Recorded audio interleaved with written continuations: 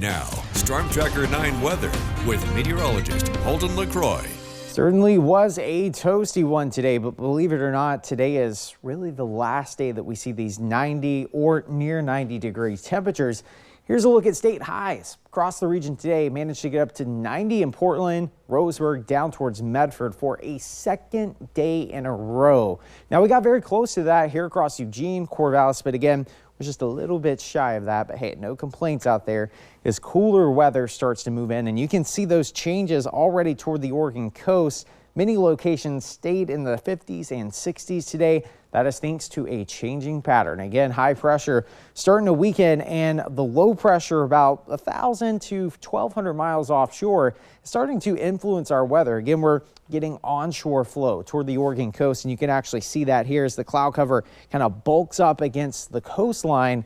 The big story moving forward is, yes, it's been cool for the coast today, and that'll eventually spread inland over the coming days. Again, we're not expecting complete cloud cover this upcoming week, but as this high pressure system starts to weaken, again, the heat dome that's been anchored over the northwest, that's eventually going to allow some of the effects of that low pressure system that you see all the way up into the Gulf of Alaska right here across the northwest.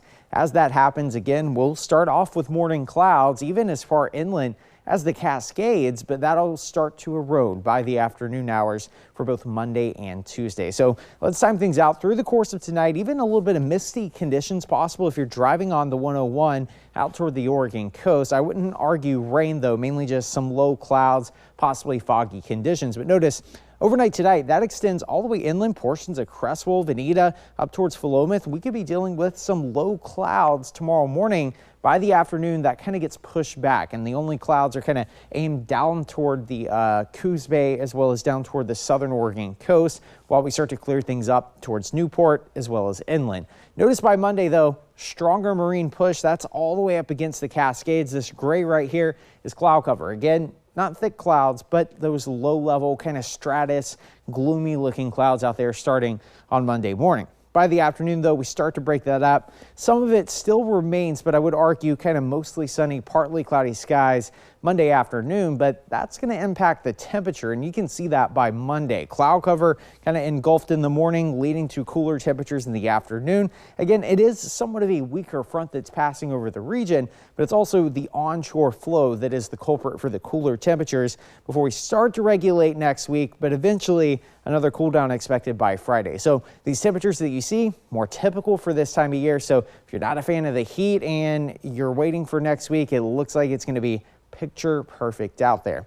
Now, the big story going forward is these water temperatures are not really going to warm up nor cool off. Again, 41 degrees, you can get hypothermia in as quick as 15 minutes. So please find a pool rather than finding a river. The water temperatures are still cold, and they are going to remain cold. 58 degrees toward the Oregon coast on Sunday. Again, 60s all the way through next week.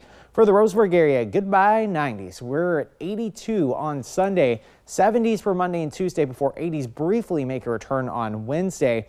For the Cascades, 66 tomorrow. Temperatures kind of in the 50s and 60s for the rest of the week.